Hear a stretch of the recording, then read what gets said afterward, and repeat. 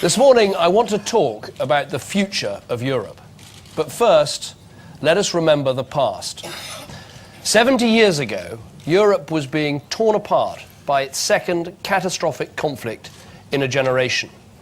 A war which saw the streets of European cities strewn with rubble, the skies of London lit by flames night after night, and millions dead across the world in the battle for peace and liberty. As we remember their sacrifice, so we should also remember how the shift in Europe from war to sustained peace came about. It didn't happen like a change in the weather. It happened because of determined work over generations, a commitment to friendship, and a resolve never to revisit that dark past. A commitment epitomized by the Elysee Treaty signed 50 years ago this week. After the Berlin Wall came down, I visited that city, and I will never forget it. The abandoned checkpoints, the sense of excitement about the future, the knowledge that a great continent was coming together. Healing those wounds of our history is the central story of the European Union. What Churchill described as the twin marauders of war and tyranny have almost entirely been banished from our continent. Today, hundreds of millions dwell in freedom from the Baltic to the Adriatic, from the western approaches to the Aegean. And while we must never take this for granted, the first purpose of the European Union, to secure peace, has been achieved. And we should pay tribute to all those in the European Union, alongside NATO, who made that happen. But today, the main purpose of the European Union is different. Not to win peace, but to secure prosperity. The challenges come not from within this continent, but from outside it, from the surging economies of the East and the South. Now, of course, a growing world economy benefits us all, but we should be in no doubt that a new global race of nations is underway today, a race for the wealth and for the jobs of the future. The map of global influence is changing before our eyes, and these changes are already being felt by the entrepreneur in the Netherlands, the worker in Germany, the family in Britain. So I want to speak to you today with urgency and frankness about the European Union and how it must change, both to deliver prosperity and to retain the support of its peoples. But first, I want to set out the spirit in which I approach these issues. Now, I know that the United Kingdom is sometimes seen as an argumentative and rather strong-minded member of the family of European nations. And it is true that our geography has shaped our psychology. We have the character of an island nation. We are independent, forthright, passionate in defense of our sovereignty. We can no more change this British sensibility than we could drain the English Channel. And because of this sensibility, we come to the European Union with a frame of mind that is more practical than emotional. For us, the European Union is the means to an end. Prosperity, stability, the anchor of freedom and democracy both within Europe and beyond her shores, not an end in itself. We insistently ask, how? Why? To what end? But this doesn't make us somehow un-European. The fact is that ours is not just an island story, it is also a continental story. For all our connections with the rest of the world, of which we are mightily proud, we have always been a European power, and we always will be. From Caesar's legions to the Napoleonic Wars, from the Reformation, the Enlightenment, and the Industrial Revolution to the defeat of Nazism, we have helped to write European history, and Europe has helped to write ours. Over the years, Britain has made tyranny and persecution, and in Europe's darkest hour, we helped to keep the flame of liberty alight. Across the continent, in silent cemeteries, lie the hundreds of thousands of British servicemen who gave their lives for Europe's freedom. In more recent decades, we played our part in tearing down the Iron Curtain and championing the entry into the EU of those countries that lost so many of their years to communism. And contained in this history is the crucial point about Britain, about our national character, about our attitude to Europe. Britain is characterized not just by its independence, but above all by its openness. We've always been a country that reaches out, that turns its face to the world, that leads the charge in the fight for free trade and against protectionism. This is Britain today, as it's always been. Independent, yes, but open too. I never want us to pull up the drawbridge and retreat from the world. I am not a British isolationist, but I do want a better deal for Britain. But not just a better deal for Britain, I want a better deal for Europe too. So I speak as a British Prime Minister with a positive vision for the future of the European Union. A future in which Britain wants and should want to play a committed and active part. Now, some might then ask, why raise fundamental questions about the future of Europe when Europe is already in the midst of a deep crisis? Why raise questions about Britain's role when support in Britain is already so thin? Now, there are always voices that say don't raise the difficult questions. But it is essential for Europe and for Britain that we do, because there are three major challenges confronting us today. First, the problems in the Eurozone are driving fundamental change in Europe. Second, there is a crisis of European competitiveness as other nations across the world soar ahead. And third, there is a gap between the EU and its citizens, which has grown dramatically in recent years, and which represents a lack of democratic accountability and consent that is, yes, felt particularly acutely here in Britain. Now, if we don't address these challenges, the danger is that Europe will fail and the British people will drift towards the exit. I do not want that to happen. I want the European Union to be a success, and I want a relationship between Britain and the European Union that keeps us in it. That is why I'm here today, to acknowledge the nature of the challenges we face and to set out how I believe the European Union should respond to them, and to explain what I want to achieve for Britain and its place within the European Union. So let me start with the nature of the challenges we face. First, the Eurozone. Now, the future shape of Europe is being forged. There are some serious questions that will define the future of the European Union and the future of every country within it. The Union is changing to help fix the currency, and that has profound implications for all of us, whether we're in the single currency or not. Now, Britain is not in the single currency, and we're not going to be. But we all need the Eurozone to have the right governance and structures to secure a successful currency for the long term. And those of us outside the Eurozone also need certain safeguards to ensure that, for example, our access to the single market is not in any way compromised. And it is right that we begin to discuss those issues now. Second, while there are some countries within the EU that are doing pretty well, taken as a whole, Europe's share of world output is projected to fall by almost a third in the next 2 decades.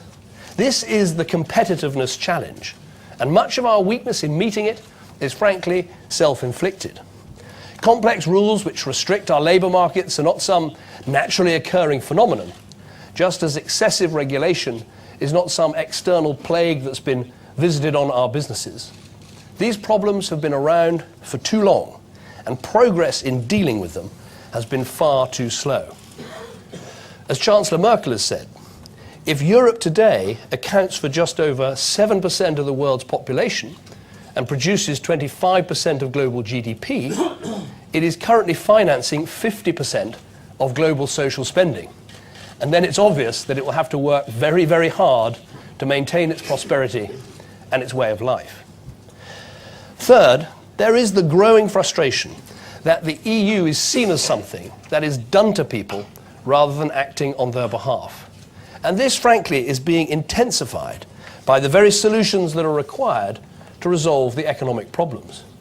People are increasingly frustrated that decisions taken further and further away from them mean their living standards are slashed through enforced austerity, or their taxes are used to bail out governments on the other side of the continent. We are starting to see this in the demonstrations on the streets of Athens, Madrid and Rome. We're starting to see it in the parliaments of Berlin, Helsinki and The Hague. And yes, of course, we're seeing this frustration with the EU very dramatically here in the United Kingdom. Europe's leaders have a duty to hear these concerns. Indeed, we have a duty to act on them, and not just to fix the problems in the Eurozone. For just as in any emergency you should plan for the aftermath as well as dealing with the present crisis, so too in the midst of present challenges we should plan for the future and what the world will look like when the difficulties in the Eurozone have been overcome. Now, the biggest danger to the European Union comes not from those who advocate change, but from those who denounce new thinking as heresy. In its long history, Europe has experience of heretics who've turned out to have a point. And my point is this: more of the same will not secure a long-term future for the Eurozone. More of the same will not see the European Union keeping pace with the new powerhouse economies. More of the same will not bring the European Union closer to its citizens. More of the same will just produce more of the same. Less competitiveness, less growth, fewer jobs. And that will make our countries not stronger but weaker. That is why we need fundamental, far-reaching change. So let me set out my vision for a new European Union fit for the 21st century. It is built on 5 principles, and the first is competitiveness. At the core of the European Union must be, as it is now, the single market. Britain is at the heart of that single market and must remain so. But when the single market remains incomplete in services, in energy, in digital, the very sectors that are actually the engines of the modern economy, it is only half the success that it could be. It is nonsense that people shopping online in some parts of Europe are unable to access the best deals simply because of where they live. So I want completing the single market to be our driving mission. I want us to be at the forefront also of the transformative trade deals with the US, Japan, India, as part of the drive towards global free trade. And I want us to be pushing to exempt Europe's smallest entrepreneurial companies from more EU directives. These should be the officials. These should be the tasks that get European officials up in the morning and keep them working late into the night. And so we urgently need to address the sclerotic, ineffective decision-making that is holding us back. That means creating a leaner, less bureaucratic union, relentlessly focused on helping its member countries to compete. In the global race, can we really justify the huge number of excessive, expensive, peripheral European institutions? Can we justify a commission that gets ever larger? Can we carry on with an organisation that has a multi-billion-pound budget, but not nearly enough focus on controlling spending and shutting down programmes that haven't worked? And I would ask this: when the competitiveness of the single market is so important, why is there then an Environment Council, a Transport Council, an Education Council, but not a Single Market Council? Now, the second principle should be flexibility. We need a structure that can accommodate the diversity of the EU's members, north, south, east, west, large, small, old and new, some of whom are contemplating much closer economic and political integration, and many others, including Britain, who would never embrace that goal. Now, I accept, of course, that for the single market to function, we need a common set of rules and a way of enforcing them. But we also need to be able to respond quickly to the latest developments and trends. Competitiveness demands flexibility, choice and openness, or Europe will fetch up in a no man's land between the rising economies of Asia and the market-driven North America. The EU must be able to act with the speed and flexibility of a network, not the cumbersome rigidity of a bloc. We must not be weighed down by an insistence on a one-size-fits-all approach, which implies that all countries want the same level of integration. The fact is they don't, and we shouldn't assert that they do. Now, some will claim that this offends a central tenet of the EU's founding philosophy. I would say it merely reflects the reality of the European Union today. 17 members are part of the Eurozone, 10 are not. 26 European countries are members of Schengen, including 4 that are outside the European Union: Switzerland, Norway, Liechtenstein and Iceland. 2 EU countries, Britain and Ireland, have retained their border controls. Some members, like France and Britain, are ready, willing and able to take action in Libya or Mali. Others are uncomfortable with the use of military force. Let us welcome that diversity instead of trying to snuff it out. Let us stop all this talk of the two-speed Europe, of fast lanes and slow lanes, of countries missing trains and buses, and frankly, let us consign the whole weary caravan of transport metaphors, if you like, to a permanent siding. Instead, let us start from this proposition. We are a family of democratic nations, all members of one European Union, whose essential foundation is the single market, rather than the single currency. Those of us outside the euro recognize that those in it are likely to need to make some big institutional changes. And by the same token, the members of the Eurozone should accept that we, and indeed all member states, will have changes that we need to safeguard our interests and to strengthen our democratic legitimacy. And we should be able to make those changes too. Now, some will say this will unravel the principle of the EU and that you can't pick and choose the basis of what your nation needs. But I would argue that far from unraveling the EU, this will in fact bind its members more closely, because such flexible, willing cooperation is a much stronger glue than compulsion from the centre. Let me make a further heretical proposition. The European Treaty commits the member states to lay the foundations of an ever closer union among the peoples of Europe. Now, this has been consistently interpreted as applying not to the peoples, but rather to the states and institutions. And it's been compounded by a European Court of Justice that has consistently supported greater centralisation.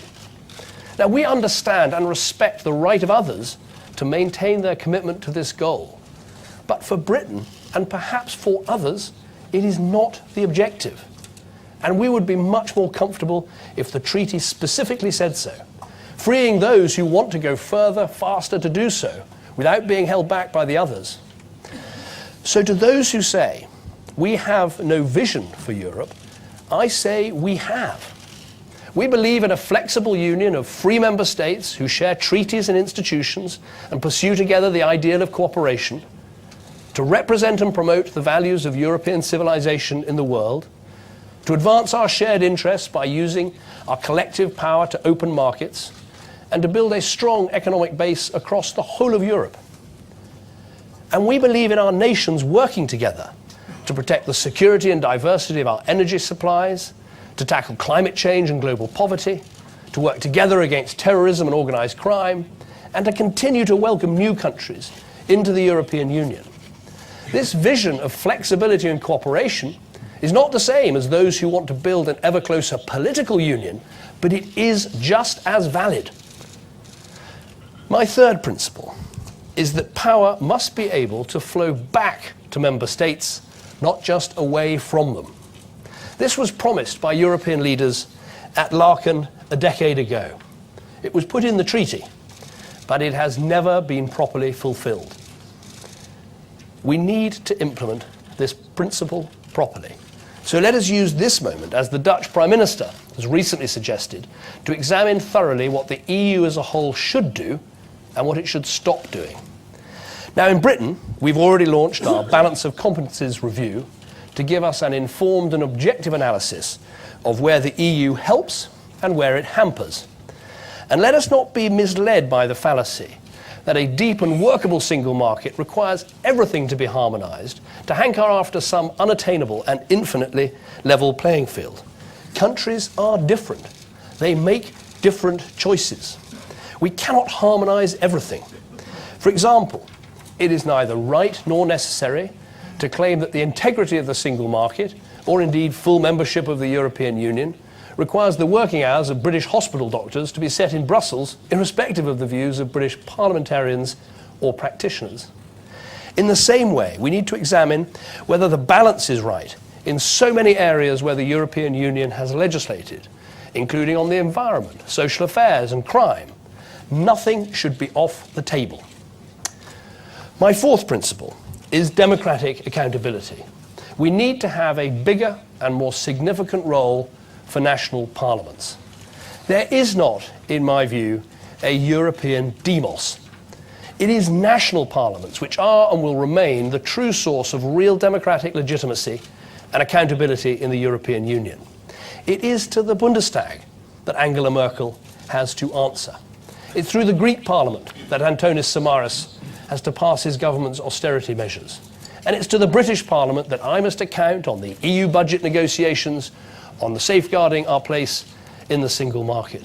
Those are the parliaments which instill proper respect, even fear, into national leaders. And we need to recognise that properly in the way that the EU does business. My fifth principle is fairness. Whatever new arrangements are enacted for the Eurozone, they must work fairly for those countries inside it or outside it.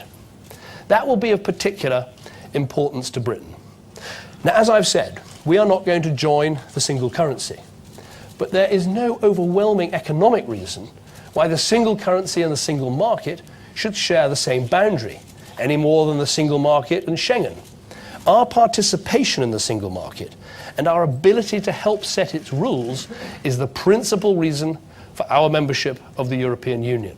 So it is a vital interest for us to protect the integrity and fairness of the single market for all of its members. And that is why Britain has been so concerned to promote and defend the single market as the Eurozone crisis starts to rewrite the rules on fiscal coordination and banking union. So these 5 principles provide what I believe is the right approach for the European Union. So now let me turn to what this means for Britain. Today, public disillusionment with the EU is at an all-time high. And there are several reasons for this. People feel that the EU is heading in a direction that they never signed up to. They resent the interference in our national life by what they see as unnecessary rules and regulation. They wonder what the point of it all is. Put simply, many ask, why can't we simply have what we voted to join, a common market? They are angered by some legal judgments made in Europe that impact on life in Britain. Now, of course, some of this antipathy about Europe in general really relates, of course, to the European Court of Human Rights rather than the EU. And Britain is leading European efforts to deal with this. And there is indeed much, much more that needs to be done on this front. But people also feel that the EU is now heading for a level of political integration that is far outside Britain's comfort zone. They see treaty after treaty changing the balance between member states in the EU, and they note they were never given a say. They've had referendums promised, but not delivered. They see what's happened to the euro, and they note that many of our political and business leaders urged Britain to join at the time, and they haven't noticed many expressions of contrition. And they look at the steps that the Eurozone is taking, and they wonder what deeper integration for the Eurozone will mean for a country which is not going to join the euro. The result is that democratic consent for the EU in Britain is now wafer thin. Some people say that pointing this out is irresponsible, that it creates uncertainty for business and puts a question mark over Britain's place in the European Union. But the question mark is already there. Ignoring it is not going to make it go away. In fact, I would argue quite the reverse. Those who refuse to contemplate consulting the British people would, in my view, make our exit more likely. Simply asking the British people to carry on accepting a European settlement over which they've had little choice is a path to ensuring that when the question is finally put, and at some stage it will have to be, it is much more likely that the British people will reject the European Union. That is why I am in favour of having a referendum.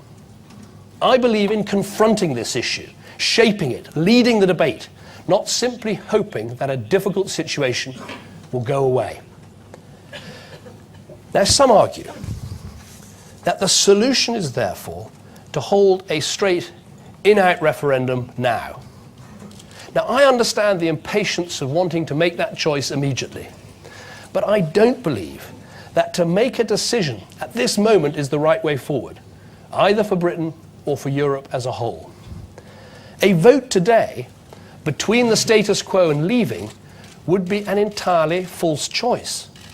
Now, while the EU is in flux, and when we don't know what the future holds and what sort of EU will emerge from this crisis, is not the time to make such a momentous decision about the future of our country. It is wrong to ask people whether to stay or go before we've had a chance to put the relationship right. How can we sensibly answer the question in or out without being able to answer the most basic question? What is it exactly that we're choosing to be in or out of? The European Union that emerges from the Eurozone crisis is going to be a very different body. It will be transformed perhaps beyond recognition by the measures needed to save the Eurozone. We need to allow some time for that to happen and help shape the future of the European Union. So when the choice comes, it will be a real one. A real choice between leaving or being part of a new settlement in which Britain shapes and respects the rules of the single market, but is protected by fair safeguards and free of the spurious regulation that damages Europe's competitiveness. A choice between leaving or being part of a new settlement in which Britain is at the forefront of collective action on issues like foreign policy and trade, and where we leave the door firmly open to new members. A new settlement subject to the democratic legitimacy and accountability of national parliaments, where member states combine in flexible cooperation, respecting national differences and not always trying to eliminate them, and in which we have proved that some powers can in fact be returned to member states. In other words, a settlement which would be entirely in keeping with the mission for an updated European Union I have described today. More flexible, more adaptable, more open, fit for the challenges of the modern age. Now, to those who say, and there are those who say it, that a new settlement can't be negotiated, I would say, listen to the views of other parties in other European countries arguing for powers to flow back to European states. And also look too at what we have achieved already. We've ended the obligation for Britain to bail out Eurozone members. We've kept Britain out of the fiscal compact. We've launched a process to return some existing justice and home affairs powers.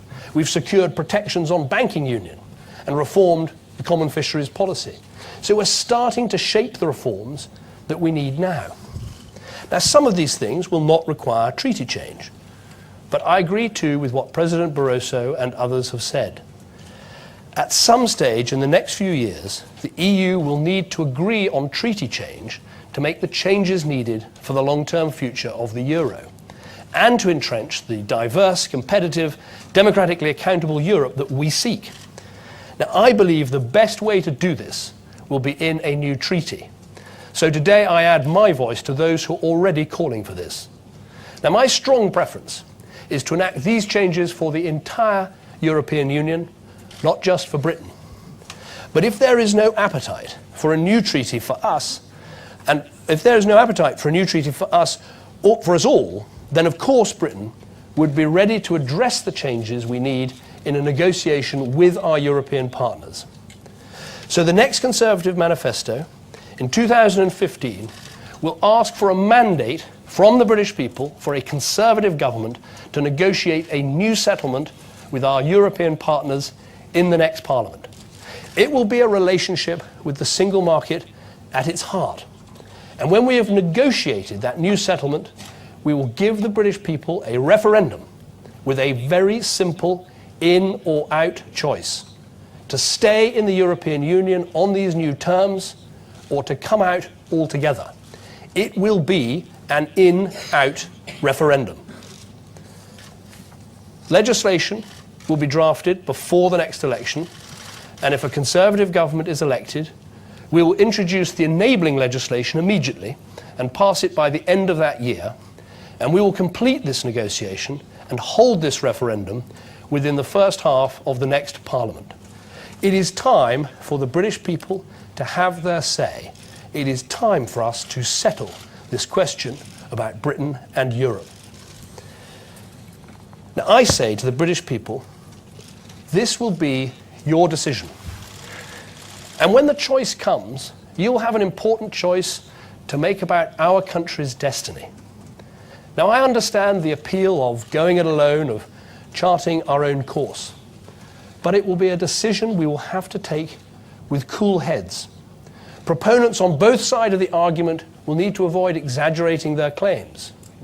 Of course, Britain could make her own way in the world, outside the EU if we chose to do so. So could any other member state. But the question we'll have to ask ourselves is this: is that the very best future for our country? We will have to weigh carefully where our true national interest lies. Alone, we would be free to take our own decisions, just as we would be freed of our solemn obligation to defend our allies if we left NATO. But we don't leave NATO because it's in our national interest to stay and to benefit from its collective defence guarantee. We have more power and influence, whether implementing sanctions against Iran or Syria, or promoting democracy in Burma, if we can act together.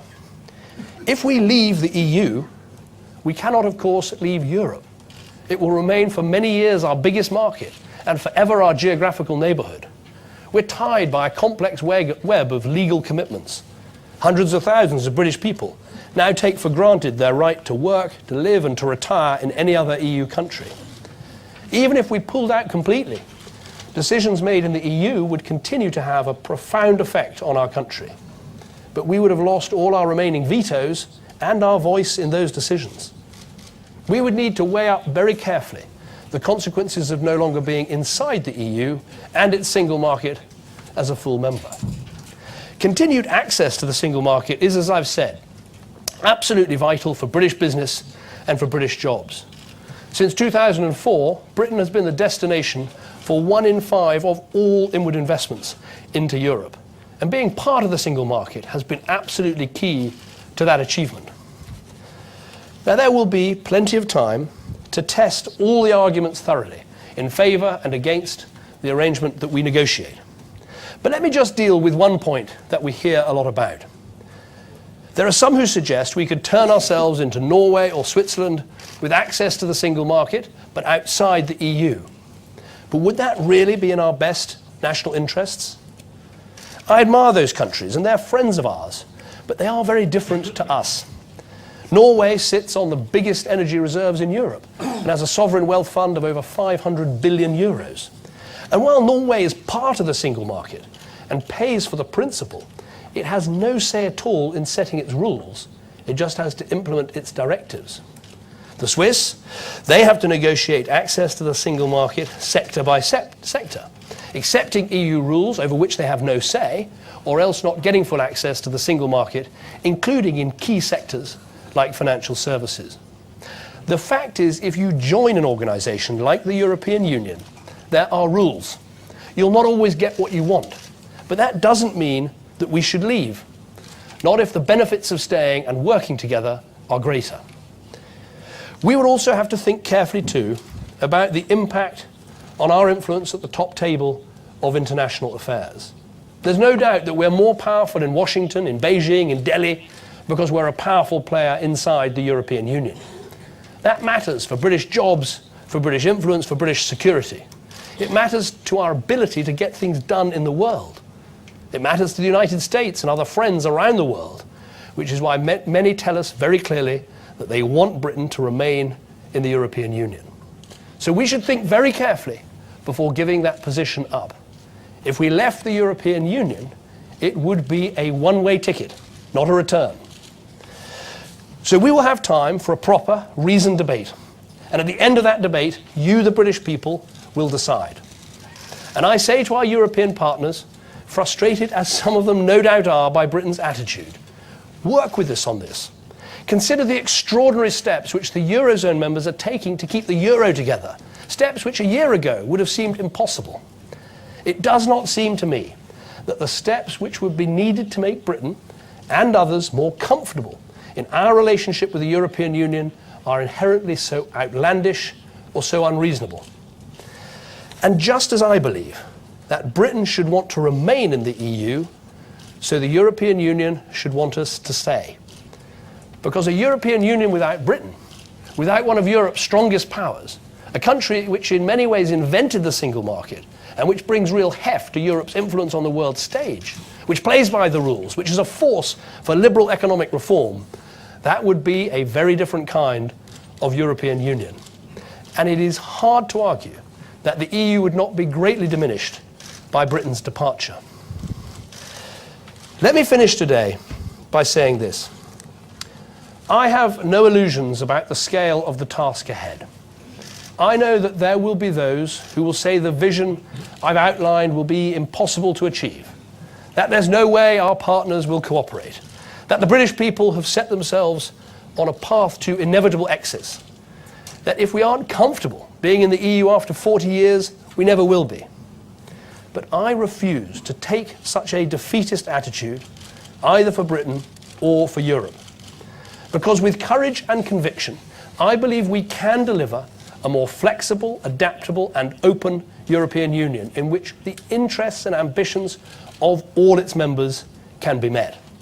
With courage and conviction, I believe we can achieve a new settlement in which Britain can be comfortable and all our countries can thrive. And when that referendum comes, let me say now that if we can negotiate such an arrangement, I will campaign for it with all my heart and all my soul. Because I believe something very deeply, that Britain's national interest is best served in a flexible, adaptable and open European Union. And that such a European Union is best with Britain in it. Now, over the coming weeks, months and years, I will not rest until this debate is won for the future of my country, for the success of the European Union, and for the prosperity of peoples and for generations to come. Thank you very much indeed.